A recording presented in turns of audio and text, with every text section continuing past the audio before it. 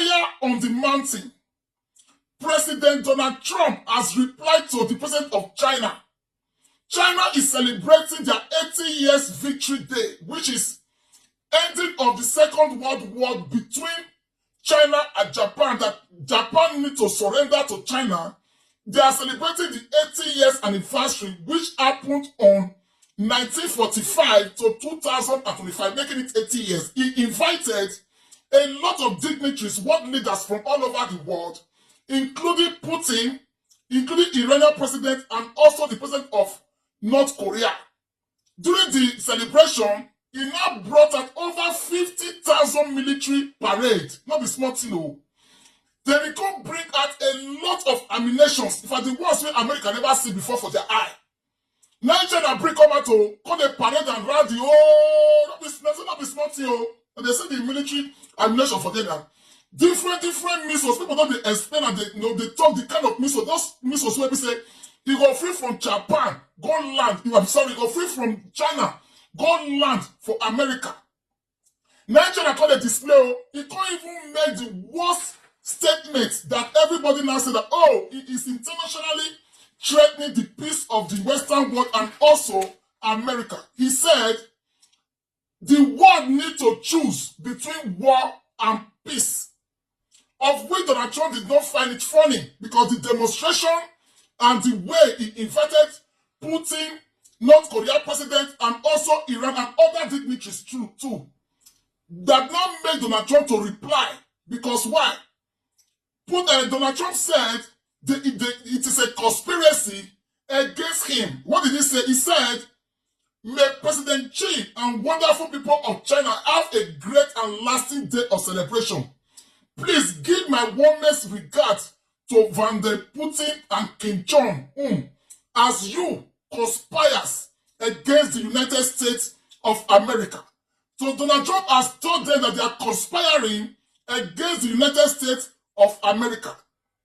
America is now running etta-scatter, saying that, oh, what the president of China just did is demonstrating that it's not the world power. Because the kind of ammunition when you bring come outside, America said they don't get it. When come met Donald Trump and say, remember, say that war when you fight, when you tell win Japan, we the Americans was by your side and we support you and we fight the war. A lot of our military went down for that war, for you to win Japan. When come met Japan surrender, you never give honor to our fallen militaries that fought for you to win that war with Japan. Now, you are not threatening us with a lot of, if it's as if you say ammunition. Hey, America said they don't get it. Now they are all American and say that it's a threat to America because China is not trying to say that they are the world power. Of which they are. Before we continue, let's listen to what they are not saying. One of it to a lot of things they are saying in America, television, everywhere. But this one interested me a lot. Let's listen to. So let's bring up Melinda Herring, a senior fellow at the Atlantic Council's Eurasia Center, an international think tank. There's so much happening, Melinda. Good morning to you. The president wasted no time last night and in the morning hours for China, calling this conspiring against the United States. Strong language for the president, who has expressed that he and leaders like President Putin and Xi are on the same page and friendly with one another. What do you make of all of this after those comments? Hey, Nick, great to be with you. So some are calling this a coalition of the killing, not a coalition of the willing. And I think that's a clever way to express what's going on here. Today we've seen China flexing its muscles and showing off new weapons. And it's saying, look, we're modernizing. You got to take us seriously. But we see all of America's adversaries getting together and cooking up plans. And this is a very scary image. The relationship between Russia and North Korea and what they've managed to do over the last year in Ukraine is frightening. North Korea is, to put it mildly, not a good player on the international scene, and has learned a huge amount in the last year since it got in bed with the Russians in terms of its military technology. Who do you think that the North Koreans are going to use that technology against? And talking about that technology, Melinda, many overseas, particularly the media, calling this a public push from the West as the leading nation. What other reaction do you expect from the White House?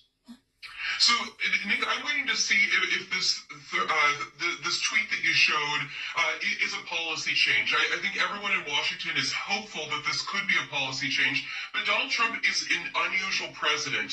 He's not ideological, and it's really hard to figure out his foreign policy. So he's been really tough on Iran. He's talked a tough game on Putin, but he never follows through. He just blew through another 2-week deadline. After the Alaska summit, he said, give me 2 more weeks, and then I'm going to make a big announcement on Ukraine-Russia policy. There's no announcement. There's crickets from the White House. And we've seen other people in the Trump orbit say that he's frustrated with Putin and that he's going to start to flex America's muscle. We haven't seen that. We've also seen him be very friendly in weird, unusual ways with the leader of North Korea in his previous term. So, anything is possible with Donald Trump, but I think that the images we're seeing today from Beijing are scary. And we know that this administration is very focused on China and on countering Chinese influence and sees China as a threat. So I hope that this will wake them up and that they will announce some kind of very firm policy. But, again, anything is possible with Donald Trump.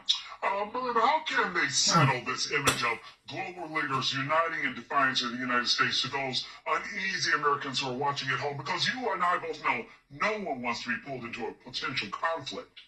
That's right. So the United States right now under Donald Trump is very focused on China. If you go to the Department of Defense, they're not focused on the war in Ukraine. They're not focused on Russia as an adversary. The top defense officials see China as the next threat to the United States, and that's what they're preparing for, Nick. But I would say to your viewers at home, the Russian threat is here and now. Those images we saw, cities burning, hospitals burning. Yesterday was 2 days ago was the first day of school in Ukraine, and we saw thousands of children underground, Nick. They're taking their classes in metro stations because Vladimir Putin is bombing Ukrainian cities. And even though Ukraine is 5,000 miles away, it affects us as Americans.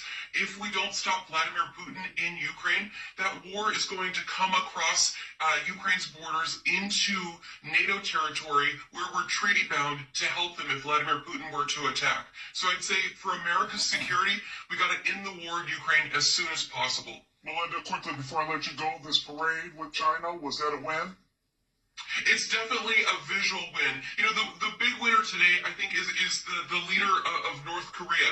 He got on stage with China and Russia, and he looks like a big man. He's cuckoo, right? So he got to be on the world stage today and look like a major leader. It's definitely a visual win, and it should wake up America to say that China is modernizing in North Korea. All of our adversaries, Nick, are moving fast. Where are we? The Department of Defense is still thinking about how to integrate drones into its war strategy. Come on already. Let's speed this up. Our adversaries are not sleeping. Why are we?